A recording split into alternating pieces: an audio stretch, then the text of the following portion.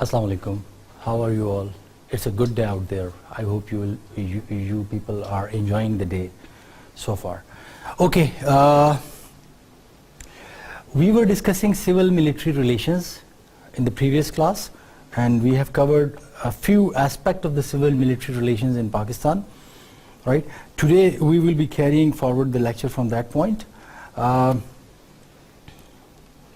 In civil-military relations, as I have already told you, that it is, in broader term, it is the relation between the society and the military.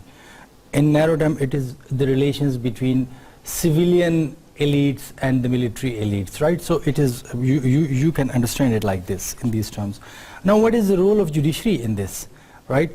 So if you analyze the civil-military relations and you ignore this one episode of Maulvi Tamizuddin case, right, and Justice Munir, so then you will not be able to understand the civil-military relations in Pakistan and the imbalance which is there because of this case, right?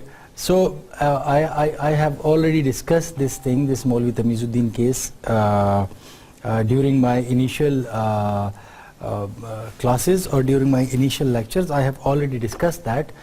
So the Justice Munir case, I would not go into detail about this case because I have already discussed some detail of this case during the initial problems of Pakistan or the constitution making in Pakistan.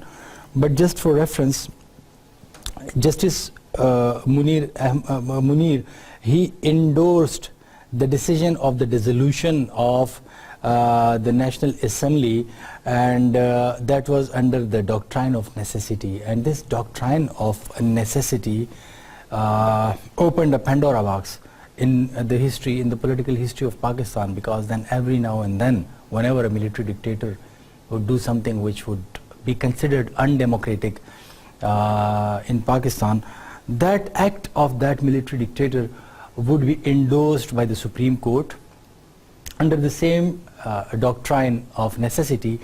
So basically this is that, and this decision of Justice Munir, the Maulvi Tamizuddin case in 1955, basically, it also helped the military establishment to have an upper edge over the civilian rule or civilian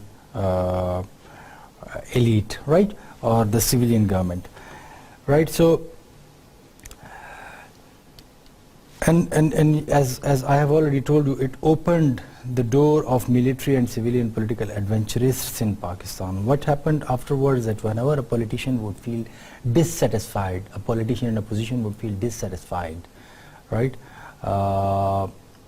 with the course of events by the government, by the sitting government, that politician would knock at the door of military leadership, and then that politician would invite the military to take control of the government, to take control and to be in charge of the government affairs, so that that politician can get a chance to have his share in power under the military dictator. So that is basically kind of checkered history of Pakistan, and the history of Pakistan is replete with such kind of examples, right? But the door was opened, this door was opened because of the Maulvi Tamizuddin case, right?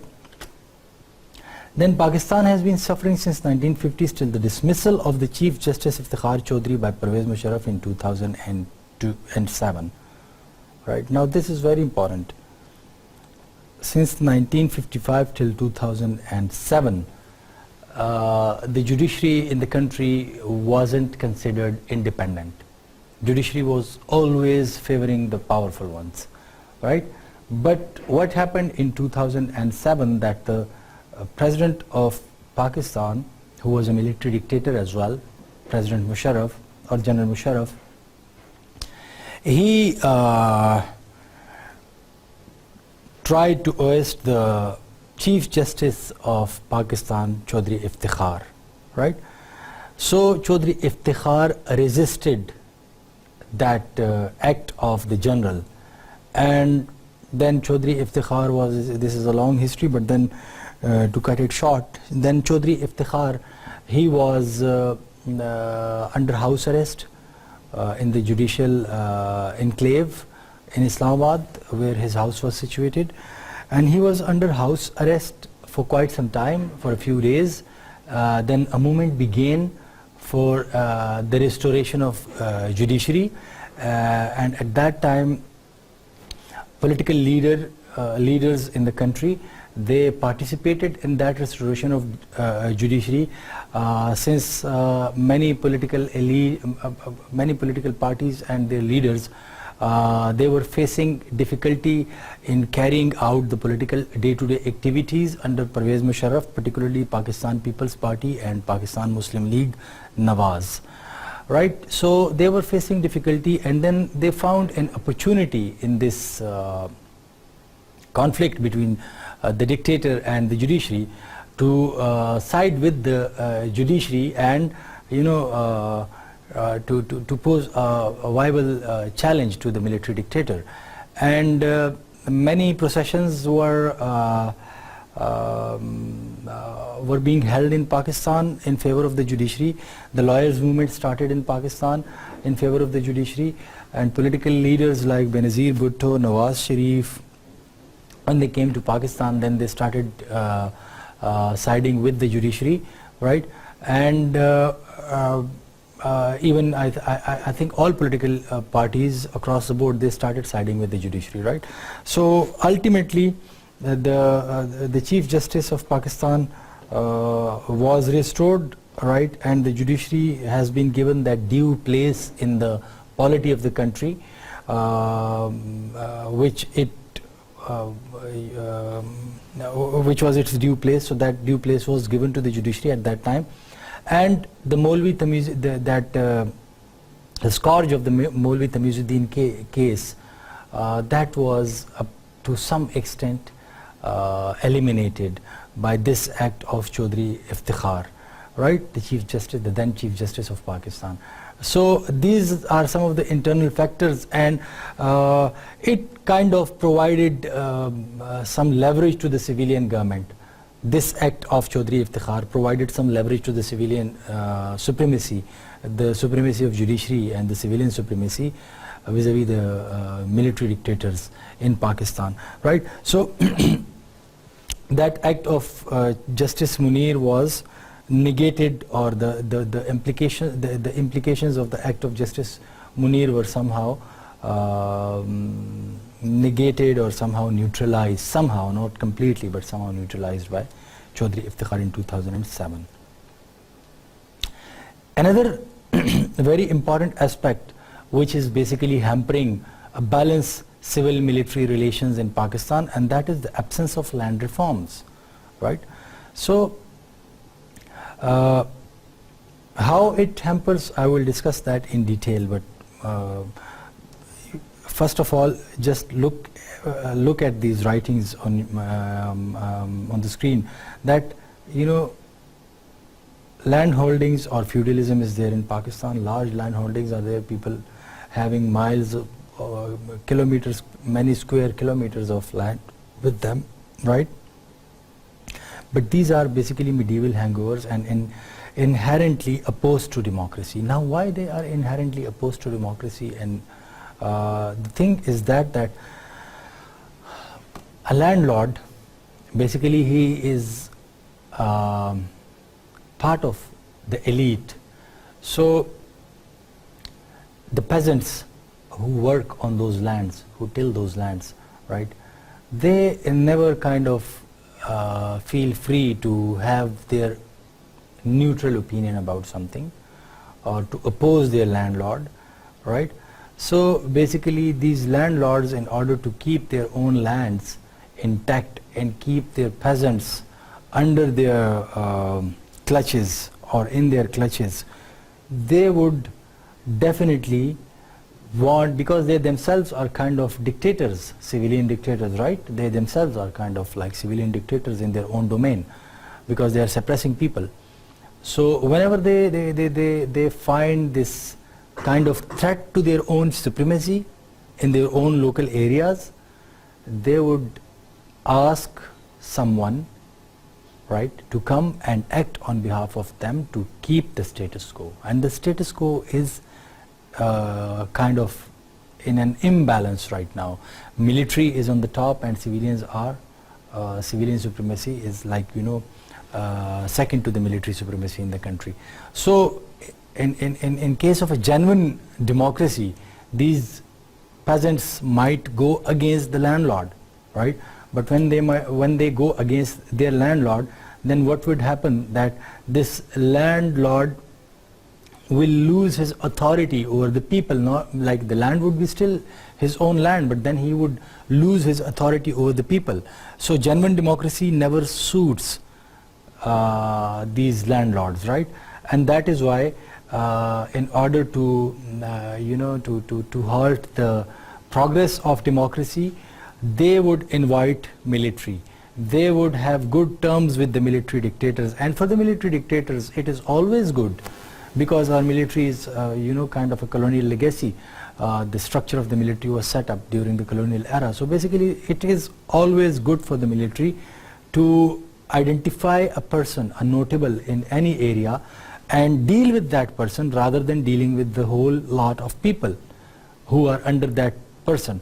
So to manage those people through that one notable who is a landlord, who happens to be a landlord usually, that is easy for the military dictators, and it is easy for the landlord himself to have good relations with the military dictators, and then, or the military establishment, and then halt the way of halt the progress of democracy in Pakistan, because genuine democracy never suit them. Okay, then landlordism and democracy cannot go together, as I have already explained that they cannot go together, right? They cannot go together hand in hand, because they are antitheses of each other. How can they go together, antitheses? If there is democracy, it is obvious that the will of the people will be implemented, and peasants are also people, right? And this is just a minority. The elites are just a minority, but this minority is controlling the peasants, right? So if the will of the people is implemented, a peasant would never want to remain peasant forever, to remain obedient forever to his landlord. So he will definitely, if there is a genuine democracy, he would have a say in it, and then he would definitely favor the genuine land reforms in the country, which the landlord would never want, right? The landlord would never want genuine land reforms, because he will not only lose his land as a result of that those reforms, but he will also lose his authority over the people who are living in that land, because then these peasants would get a huge chunk of the land of the landlord, right? So basically democracy and landlordism, it is antithesis. And if you analyze the West, the democratic movements in the West, which is centuries old, right? The movement for rights and this and that, and Magna Carta, and the French Revolution, and all these things, they are centuries old, right? So what happened before that, before the Industrial Revolution? West was also a feudal society, and these feudal lords were suppressing the people the way our feudal lords have been suppressing our people, right? They have been suppressing the people, and then the people revolted and they asked for genuine democracy. And now when there is a genuine democracy, so the authority figures, though they have their lands, but they do not possess the same kind of authority over the thinking of the people, over the minds of the people, and everybody is educated and everybody is a thinking brain, has got a thinking brain. So basically it is antithesis to the landlordism. Democracy is antithesis to the landlordism, because genuine democracy will always emancipate people, right? And emancipation is not like from emancipation from physical chains, but emancipation from constraint on your thoughts, right? Like just go and talk to a person who is kind of a peasant somewhere, and talk to that person, and his landlord would be a very respectable person in his views, because he has been kept uneducated and his whole family for many generations has been kept uneducated, and now this psyche has been developed among them. So that's why you do not see education institutions in the interior sins, viable education institutions. You do not see viable education institutions in Balochistan, where Sardari system is at work. And another example is that there were two basically Pata regions, now provincially administered tribal area Pata, which is Malakand. Balochistan, there is a Pata region in Balochistan as well, but I am talking about the provincially administered tribal areas of Khyber Pakhtunkhwa, that is the Malakand division. Alright, so this Pata region, there were two kind of states. One was Sawat and the other was Dir, and both are kind of adjacent to each other, right? There is both are like neighboring states. They were during the colonial era, these were states. Sawat was run by Wali Sawat and Dir was run by the Nawab of Dir, right? So Wali Sawat was in favor of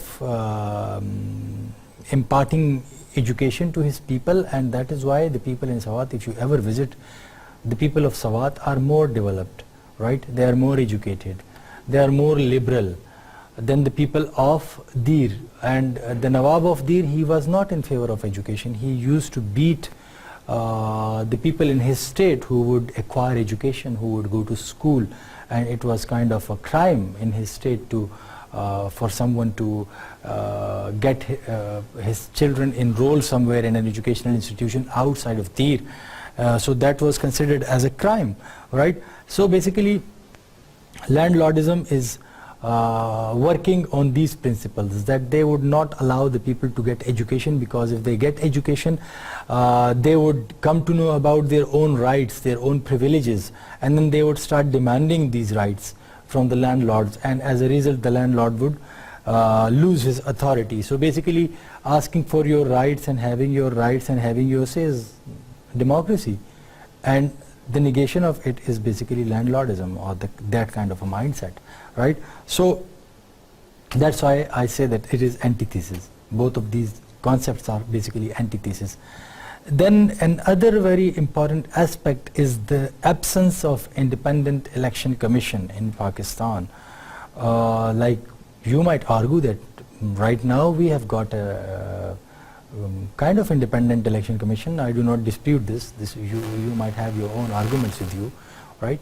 But I am talking about Pakistan in its entirety, in from 1947 till 2017, where we are right now, right? So I am talking about Pakistan in these terms.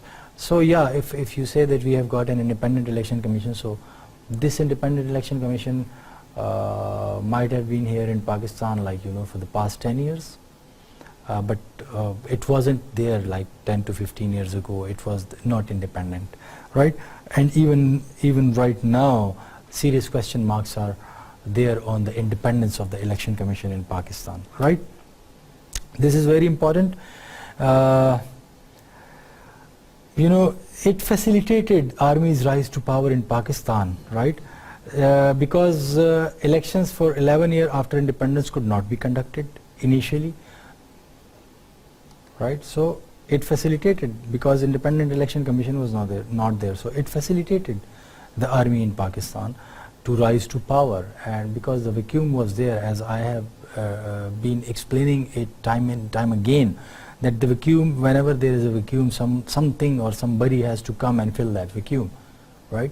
So that vacuum was there because of the lack of election, and lack of election was there because of the lack of independent election commission. That was also one of the factors. There were many other factors, but one of the factors was that independent election commission was also not there, right? To hold free and fair and transparent elections in the country, and that was why army rose to power in the initial years after the establishment of Pakistan, right? So these democratic values without election, they could not take roots. This is what happened with Pakistan because of the lack of independent election commission. The democratic values actually could not take roots. So when the democratic values could not take roots, then what happened? Vacuum was there, right? Again, the vacuum was there, and then and army basically filled that vacuum. So imbalance was created between civilian and military institutions, right? Again, the importance of independent election commission, you can link this thing with the previous topic as well, you know, the political parties. So the importance of independent and powerful election commission, the importance is basically it cannot be denied, right? Because it guarantees free and fair elections. If there is a multi-party system in a country, then multi-party based election. If there is a two-party system in a country, then two-party based elections, right? But free and fair election is basically the task of an independent election commission, right? So that vacuum has been had been there in Pakistani politics. Then another very important factor which helped the military to gain power in Pakistan, it was the post-World War II order, which was known for its rigidity or rigid bipolarity, right? Now, in the First World War, we need to go a bit deep into the history just for you to understand this point, that the Second World War was fought and Pakistan is basically a byproduct of the Second World War, because after the Second World War, the colonial power, Great Britain, it was weakened and it could not sustain its colonial possessions, right, in different parts of the world. So a process of decolonization started. So indigenous movements for separation or for independence were already there in this region, and when this process of decolonization started, it also helped, right, expedited the process of independence from the Great Britain, independence of India from the Great Britain, and then India and Pakistan from the Great Britain, right? So then another system was in the offing, right? Like in the Second World War, Soviet Union was fighting. There was a communist revolution in 1917, Bolshevik revolution you might call it, in 1917 in Russia. So in the up till Second World War, because they had to fight the Nazis in Germany and the fascists of Italy, Mussolini, and you know, the dictator of Japan, they had to fight. So they needed a combined front. If you see Russia, from one side it was facing a threat from the Germans, from the other side it was facing a threat from the Japanese, because Japan is so close to the eastern borders of Russia or Soviet Union, right? And then Mussolini was also a fascist and he had an alliance with him. And then there was a Spanish revolution somewhere between the two wars. So these fascists and the Nazis, and they kind of helped the you know, the fascists of France, right? So they helped over there. So Soviet Union had to ally itself with Great Britain, with France, and with the United States of America against these Axis power in the Second World War.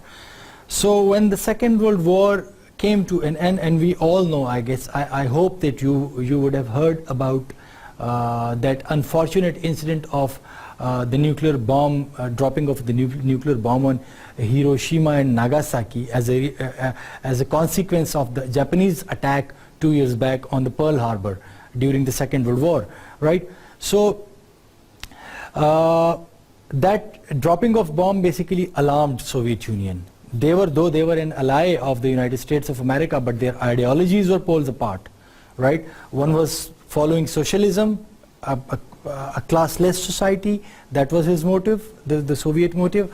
The other was the capitalist society, in which classes matter, right? You know, elites, middle class, lower middle class, lower classes, right? So these classes matter for the capitalist.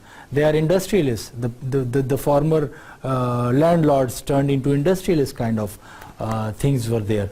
While on the other hand, a movement for a classless society was there in Soviet Union, but basically circumstances had brought them together in the Second World War to become allies of each other and defend each other, right? But at the end of the war, the Soviet Union realized that now a bomb has been dropped on Japan, and we are victorious, like the Allies are victorious in the Second World War.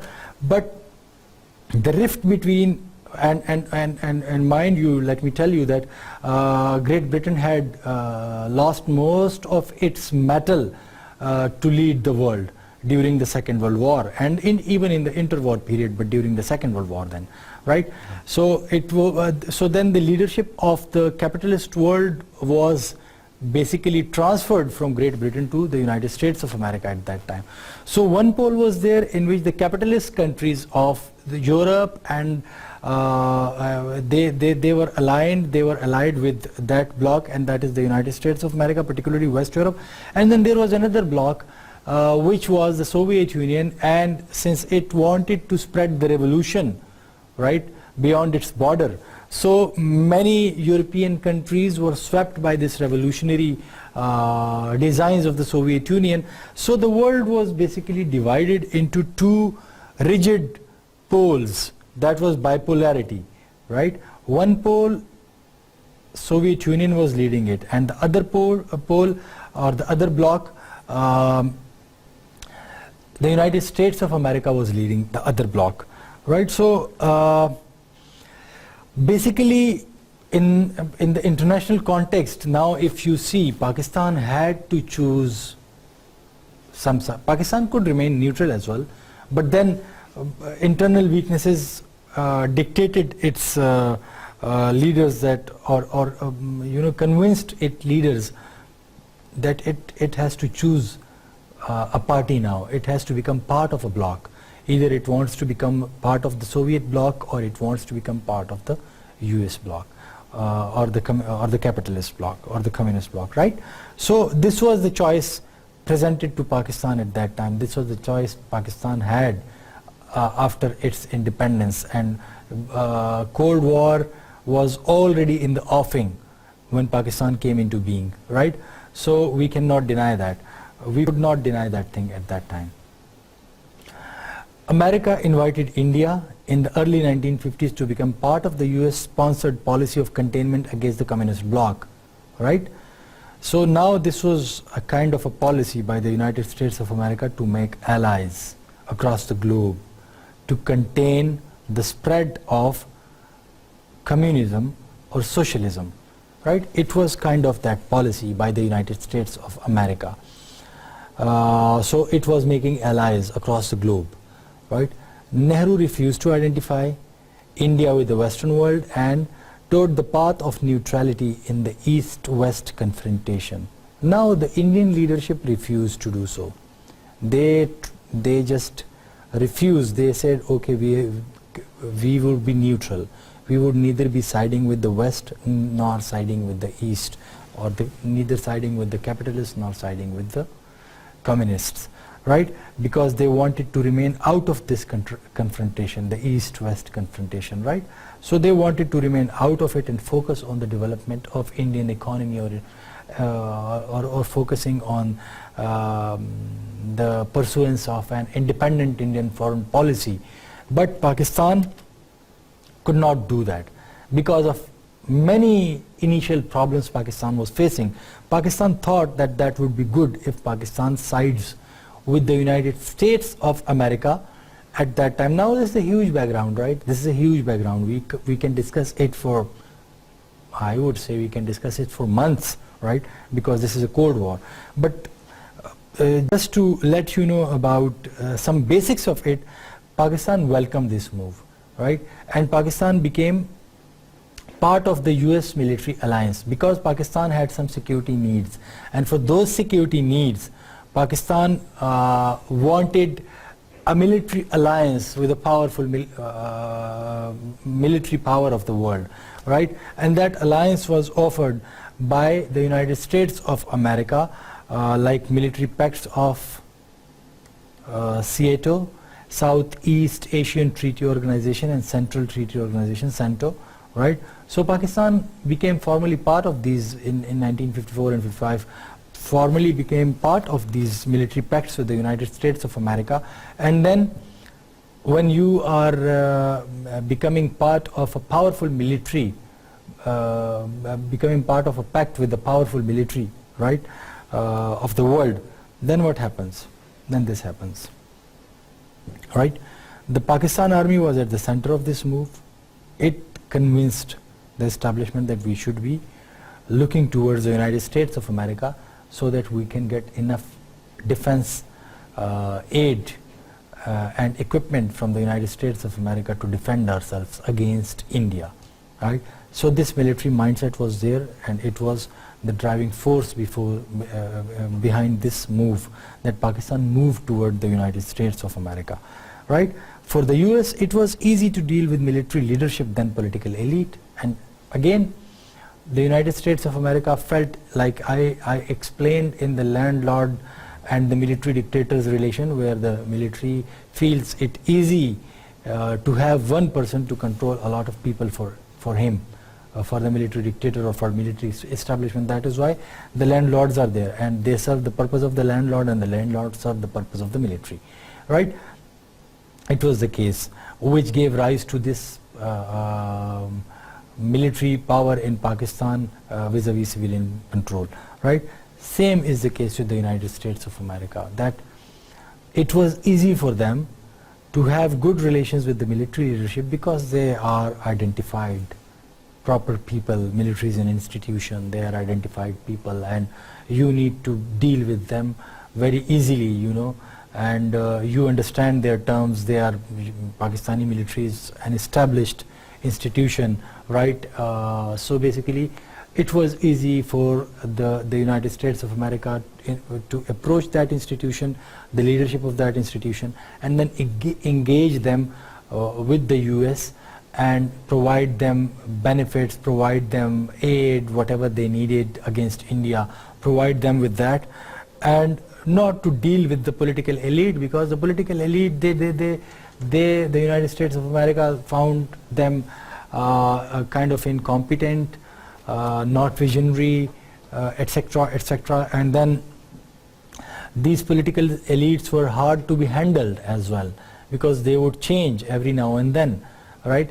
So the shape of, so it, you know, rather than getting into a chaotic situation with Pakistan and dealing, making a sense of that chaotic pattern, and then identifying the right people to deal to deal with, and then, you know, sort out your issues with Pakistan, it was easy for the United States of America to invest in the military of Pakistan and deal with the military leadership of Pakistan in order to contain the Soviet expansion, right? And then definitely the Soviet expansion was kind of could only be contained by having good defense. So definitely military was involved, right? And it was the demand of the hour that military should be involved as well, right? Because with civilian, how would you contain the spread of socialism?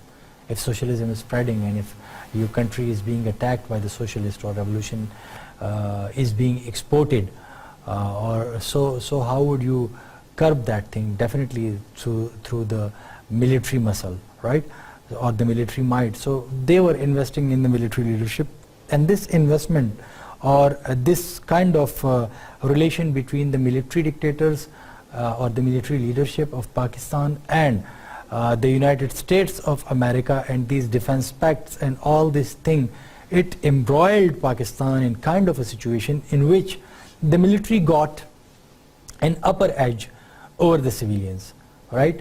And it is visible even up till now in 2017. It is kind of visible. People are still raising their voices that there is no genuine democracy in Pakistan, though I dispute with that. There is kind of democracy in Pakistan, and it is far better than this, you know, Pakistan is far better democratically than it was in the 1980s and the 80s and 60s, right? So Pakistan is far better than that right now. And people are aware and this and that, but still, you know, this supremacy of military was there, and the upper edge of military is over the civilians, right? So these are some of the international factors as well. Then with this motive in mind, right? With this motive in mind, where you need to contain socialism or the spread of communism in the region, which is adjacent to the Soviet Union. With this aim in mind, the United States of America extended her tacit support to the military interventions into politics in Pakistan. Now this is kind of a theory, you might call it, but it holds some truth as well, right? That because it was in favor of the United States of America to deal with the military easily, because it was suiting the designs of the United States of America in the region, that military should have an upper hand over the civilian institutions in Pakistan, right? Because then it would become easy for them to deal with. So that was why some people say that tacitly they supported military intervention into politics in Pakistan whenever they would feel that a genuine democracy would come in Pakistan and people would raise their voices for their rights, and people were critical of the United States of America's role in Pakistani politics, and people were critical. There were voices which were not favorable to the Pakistan policy of alignment with the United States of America, like Seato and Santo, and they were raising their concerns about it. So keeping in view all those voices, the United States of America, people say that, analysts say that, or historians say that they tacitly supported the military interventions whenever they would feel that if genuine democracy would ever prevail in Pakistan, it would number the days of US importance in the Pakistani policy matters, right? So basically it was that was one other factor where military was made strengthened at the expense of the civilian institutions in Pakistan by an ally of Pakistan, the powerful ally of Pakistan, the United States of America. We have a love and hate relation with the United States of America till date, right? So it is there, it was there in the history, and it is kind of a deep-rooted kind of thing, right? Okay. Whereas Pakistan's real concern was her security vis-a-vis India. So the United States of America was doing it and Pakistan was accepting it. Why? Because Pakistan's major concern was to secure itself against any Indian threat, and though that could be achieved only through making your military powerful enough, right? And having close relations with India, not with India, having close relations with the United States of America, Pakistan got that opportunity to strengthen its military might and protect itself. So on the one hand, the United States of America military was suiting, the military establishment was suitable for them to deal with because of their own interests in the region. On the other hand, it was suitable for the military establishment in Pakistan to have good military or defense relations with India, with the United States of America, to counter Indian threat.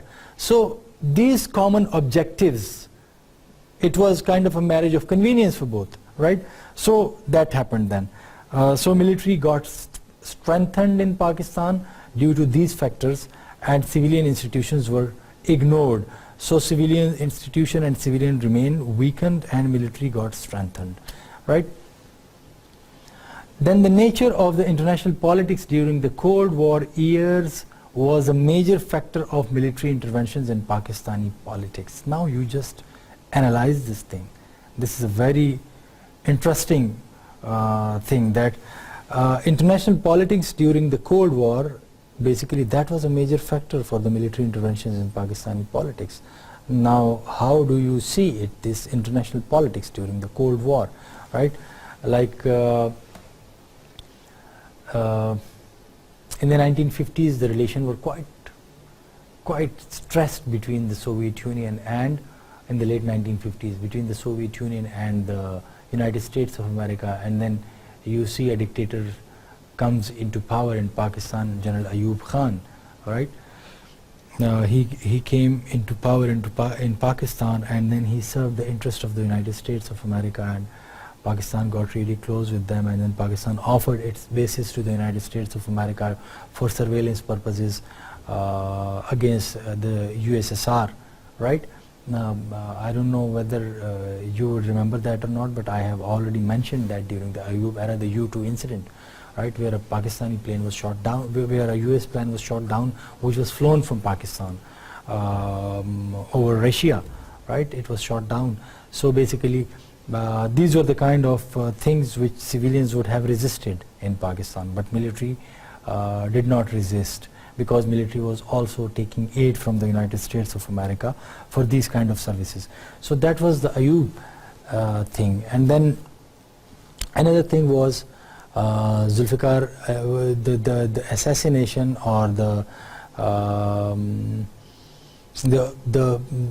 military dictators, General Ziaul Haq, when he came to power, and we call it, the hanging of Zulfikar Ali Bhutto, but some call it judicial murder as well, right? So in 1977, when in April, when Zulfikar Ali Bhutto was hanged, basically when Zulfikar Ali Bhutto was in 1977, when Zulfikar Ali Bhutto was overthrown, and General Ziaul Haq came into power in Pakistan, right? So what happened at that time was that in the tension between and the expansionist ideology or the expansionist designs of the USSR were already being hatched against Afghanistan.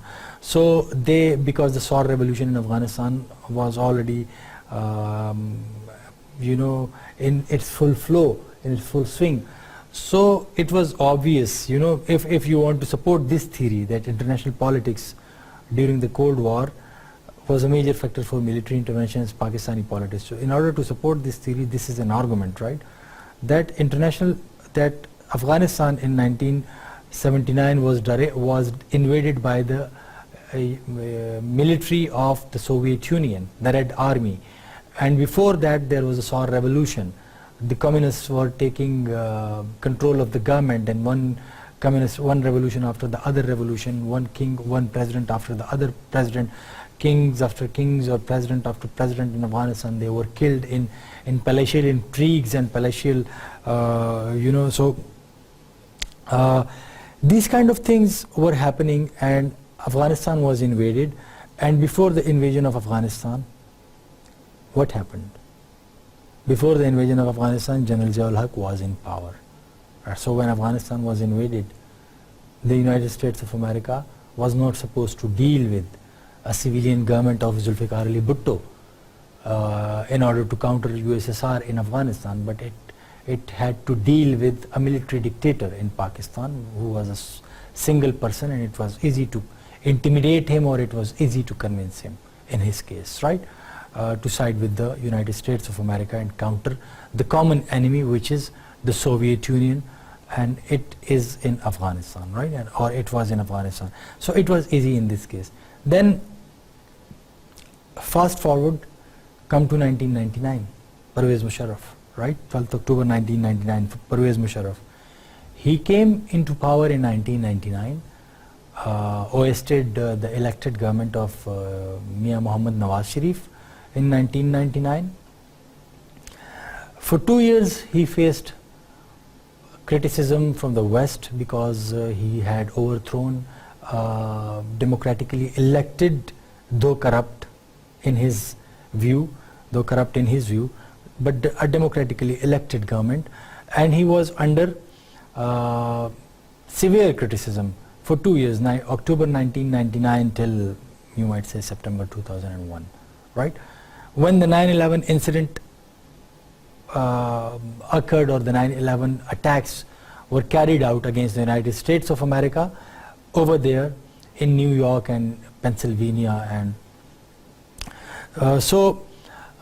when these attacks were carried out, again you might call it a coincidence, or you might call it but this is after the Cold War, but I'm just telling you a thing that whenever there was a need for the United States of America, whenever the United States of America would need Pakistan to have full support of its military in achieving its objectives in this region, right? So there would be a military dictator. There used to be a military dictator in Pakistan. So this might be a sheer coincidence, but this argument holds some, weight. It has got some weight, right? So that is why this argument, I have included it over here, that whenever the international politics during the Cold War, or you might say even after the Cold War, demanded, so there was a military dictator ready in Pakistan to serve the purpose of the United States of America. So this kind of thing was there, and it basically gave rise to the power of military in Pakistan. These kind of things basically gave rise to the power of military in Pakistan, and the civilian institutions, they were ignored. Again, I'm saying this, right? Okay, now internal threats. What are the kind of internal threats in Pakistan, right? Now you can, if I could not finish this thing in this class, then we will discuss this in the beginning of the other class as well. But I hope that I would be, since we have got a few minutes, so I would be able to finish it up over here. But okay, so there are 5 major ethnicities in Pakistan, right? Number 1, Punjabi. Number 2, Sindhi. Number 3, Pashtun. Number 4, Balochi. And number 5, Muhajir. Right, so these are the ethnicities in Pakistan, and unfortunately, these ethnicities, these ethnic groups are basically, some of the people belonging to these ethnic groups are basically divided on these lines as well, like Sindhi nationalist, Balochi nationalist, Pashtun nationalist, or people standing up for the rights of the Muhajirs, right? I would not say Punjabi nationalists, because Punjabis are in majority, so majority basically they do not have these kind of nationalistic feelings because they are already in the majority, so they do not feel deprived of anything. So that is why they do not have these kind of nationalist feelings, because nationalist feelings are basically among the people of minorities, where they feel deprived by some majority group, right? So then they develop these kind of feelings. But so these kind of feelings are there, right? Then Punjabis dominate upper echelons of society and army, right? So they are basically in the army and in the upper strata of society, right? In the civilian establishment as well. Then these minorities, you might call Pashtuns, you might call Baloch, you might call Muhajir, even up to some extent Sindhis. Punjabis also are there, but they are not minorities, so that is why I am not mentioning over here. So these minorities have transnational links. Like Pashtuns in Pakistan have links with the Pashtuns in Afghanistan, right? Balochis in Pakistan have links with Balochis in Iran, because they are the same, they speak the same language. Muhajir in Pakistan basically migrated from India, so basically their links with India cannot be cut off, right? They are there because their families are there, right? And it is not a negative thing to have links, but these links should not be directed towards the destruction of Pakistan, right? If these links are there, so it's okay, it might be a potential for having good relations with the other countries. But unfortunately, in case of Pakistan, these things are not there like this. These things are not seen with this lens, right? And then in 1971, Bangladesh was carved out of Pakistan, as we have discussed, right? So these are internal threats. Now what is the link of these internal threats and the civilian supremacy? I will shed light on this thing in the next class.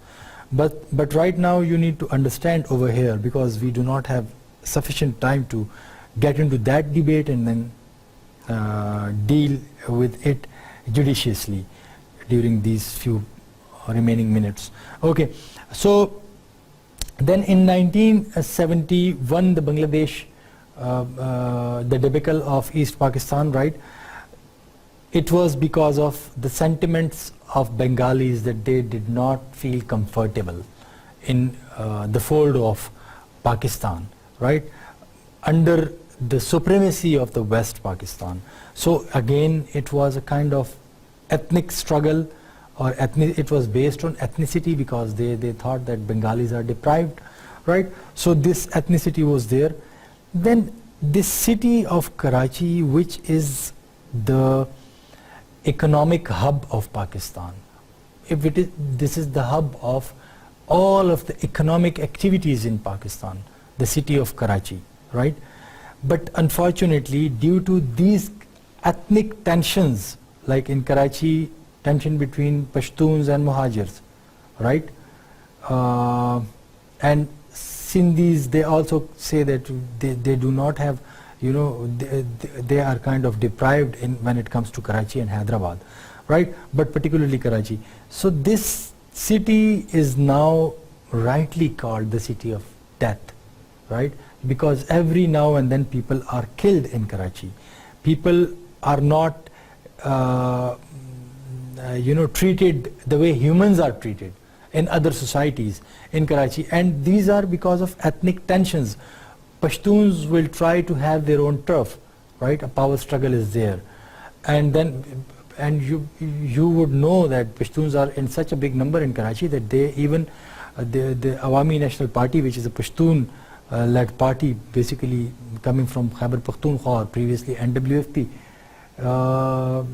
it basically wins a few provincial assembly and 1 or 2 national assembly seats from Karachi as well, because of the large number of Pashtuns living over there in Karachi, right? So Muhajir feel threatened in the presence of Pashtuns. Pashtun feel threatened in the presence of Muhajir in Karachi. And then there is tension between Punjabis and Balochis and Sindhis and Muhajirs, and so these kind of things are impacting, these ethnicities are basically impacting everything in Pakistan, right? And it has even dismembered Pakistan, these kind of ethnicities. Now in the next class I would start from here, and I would tell you what has it to do with the civilian, with the military supremacy in the country, or the imbalance between civilian and military establishment. I hope you would have at least learned something from this lengthy kind of a dry debate over these issues. See you all next time, inshallah. Have a good day.